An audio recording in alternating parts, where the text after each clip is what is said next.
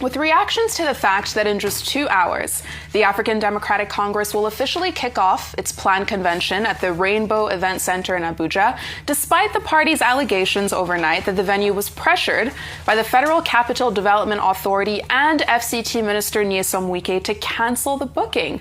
Now, in an unexpected dramatic ex-post at 11:18 p.m., where under normal circumstances the party should be planning, strategizing for the day ahead, the party spokesperson Bolaji Abdullahi wrote on X, after paying all the fees required, setting up for a convention, the owner of Rainbow Event Center has just informed us that he has come under pressure from the FCDA and Minister of FCT Nyesom Wike that if he allows the ADC the use of his facilities, his license will be revoked.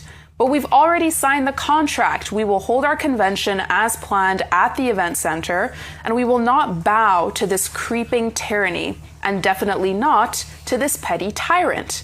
Now, I'll take two quick reactions. One from John on X, who wrote, a whole event center owner is being told his license will be revoked if he allows an opposition party use a facility they already paid for. This isn't governance, this is intimidation, and it's a very dangerous sign for a democracy that's already struggling to breathe. Then you have Cletus, who said, if this is true, then it means political power can now override signed agreements. What message are we sending about the rule of law?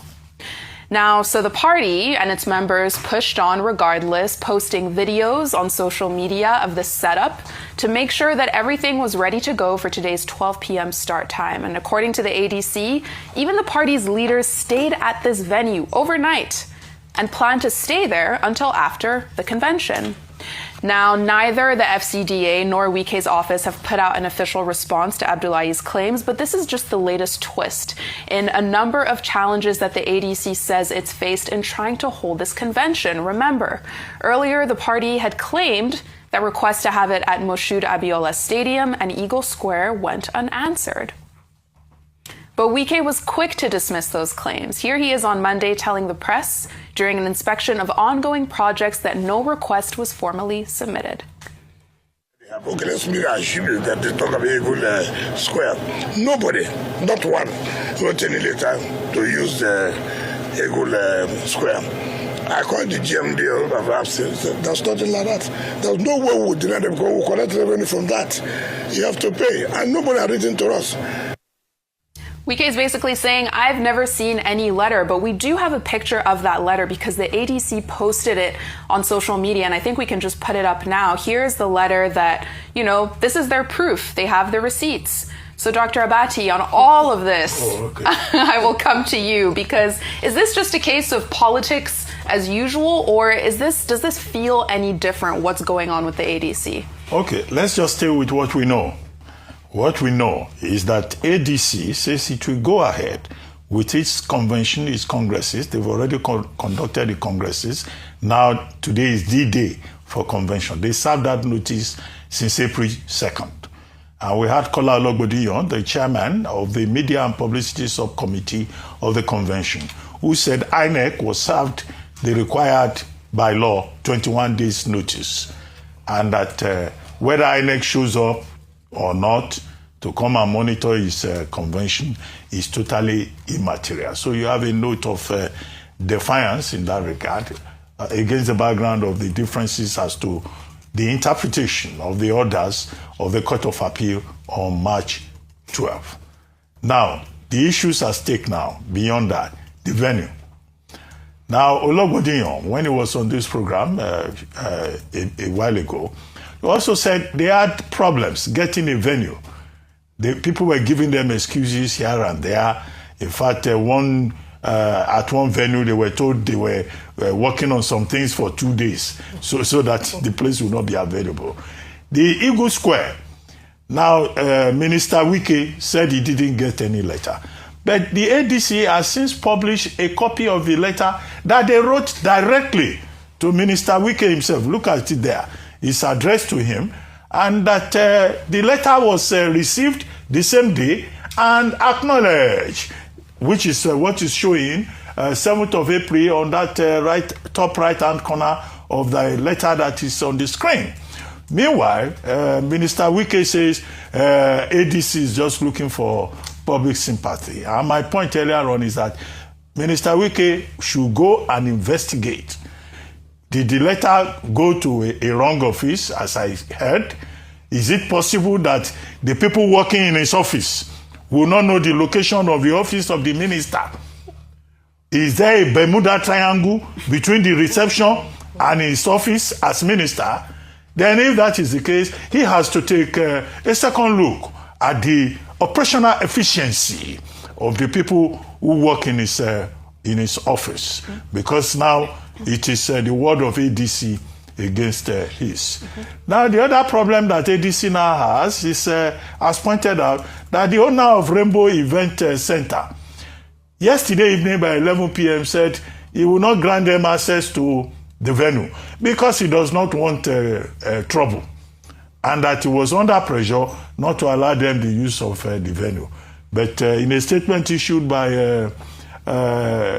Waziri Atiku Abubakar, and the statement made by Dino Melaye when we were conversing with our correspondent Friday Oloko, who is at the venue, Dino Melaye clearly made it clear that no Jupiter can remove them from that venue because they have signed a contract, they have paid, and that this is the venue that they will use. Well, maybe the owner of the premises doesn't have an option in the matter.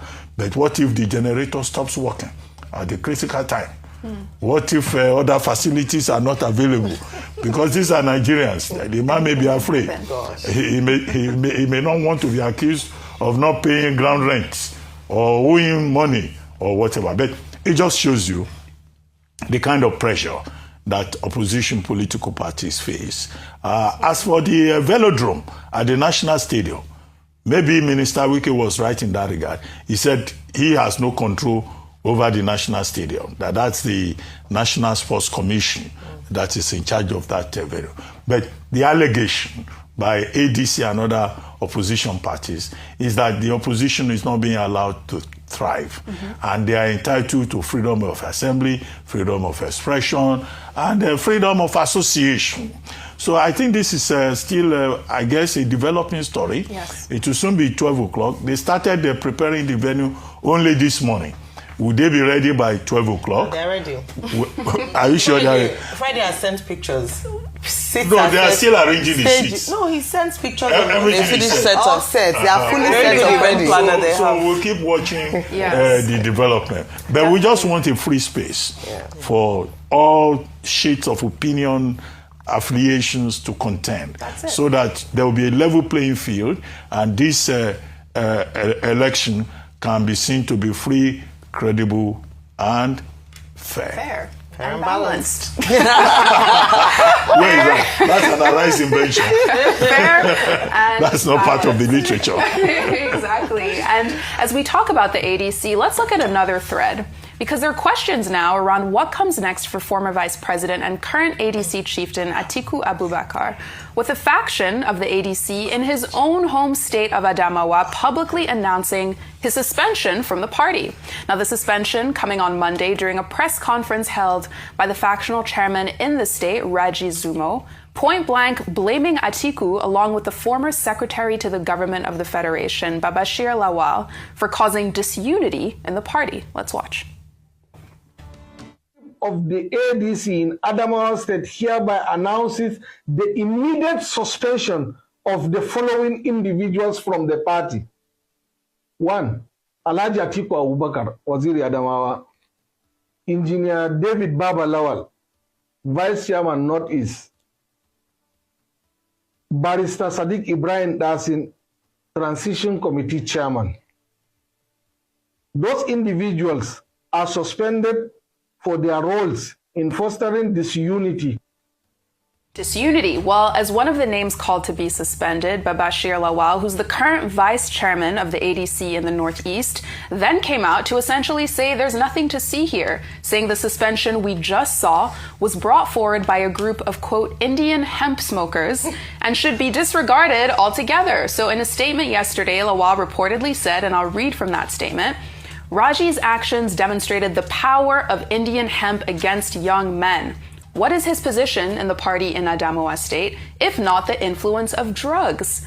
Raji was my deputy before he disappeared to an unknown place, only for him to resurface on social media on Monday, suspending our father, Atiku Abubakar. Now, for context, the ADC in Adamawa has been in the throes of a crisis for the past year over party leadership, with 3 different factions emerging. And in a lot of ways, Aya, it's almost a microcosm of what appears to be happening within the party. Every day, another faction, a suspension. What's going on? So is this a 4th faction? Because we know currently, at last count, there were 3 factions: Bala, Gombe, Dumebi Kachiku, and Senator David Mark. I don't know who this Mr. Zumo's faction is. It belongs to a faction in Adamawa, where they have 3 sub-factions. Yeah, that's what I'm saying. And there was another one in Kogi State as well, where they had 3 sub-factions. So this faction, under which national faction is under, factions and sub-factions, it's a funny matter, but it's so sad. Yeah. It is just it just shows the state of opposition parties, and that's why we often say that while we talk about what the allegation of the influence of the ruling party on opposition parties are, there's still also the conversation around internal democracy within the parties themselves. In fact, if the ADC is allowed to follow through and have its convention, I believe that there are bigger concerns around what is happening within the party and elements working within the party, whether sponsored or not sponsored, who are working against the party.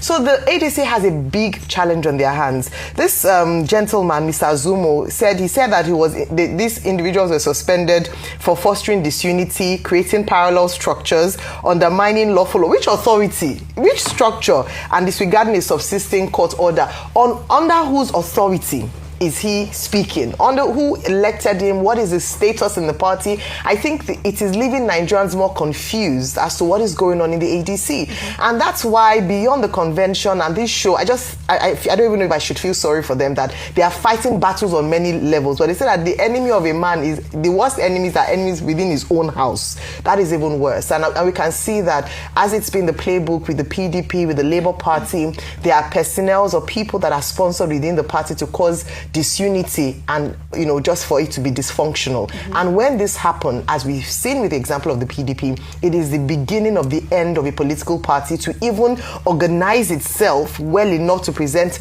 at any election. Right. So whilst you're grappling with court cases, you're also grappling with people. By the way, I hope that Mr. Lawal has proof that this man is smoking something, because he can be sued for defamation. Right. Because he has to show us, Dr. Bass, this is not true. He said that the man is under the influence of something, and he came out to actually say that. I can't even say it. I'm not repeating what he said, but all I'm saying is that he might have to defend it if the man does go ahead to sue him for very strong language. Because if that's the case, I believe it's a criminal offense. I don't think it's legal to smoke certain things so he can actually, come into trouble. But I just want to say finally on this matter that we see the fragile nature of our democracy. You cannot have a thriving democracy if you do not have strong oppositions and, as we've often said, strong systems. And if we cannot get internal democracy right, or the coming together, maybe it's even the way that the ADC was coupled together. That is why they have all these challenges. I was reading the article in This Day Lawyer by Onikepo Braithwaite, one of her, and she was talking about recycled leaders, and that's one of the challenges we have. Whereby, if you look at everybody in the ADC, they are from somewhere. It's a special purpose vehicle from people who are disgruntled from other parties or didn't have a platform in other parties, and that's why it's difficult for them to gel, because someone is square, another is circle, right, another is triangle, and they're just coming together and the heads are knocking. Mm-hmm. And I think it's quite sad for the Nigerian people at most, because there's no opportunity for a vibrant debate and vibrant contest for 2020. Be careful with that line of analysis. That was the same line we told in 2014. And we said, APC, the collection of strange bedfellows. Well, they came out. They will sort themselves out. Okay, I mean, I'm just saying, if they sort them, and thank you, Dr. Bati, for drawing, from precedents that it can work. But Dr. Bati, even the APC, they are saying that it's because they're in power now. If push comes to shove, they also have internal issues, but they've been able to sort it because, you know, you're in power, they will settle you one way or the other. But they themselves, if left to the elements, also have issues. We had you know, Senator Suswam yesterday. There are issues in Benue State as well. There are issues in all these states, but there's a way that the center calls them to order because they're in power. So all of them, when you have people like that come together, there will be bound to be issues. And that's why maybe we need to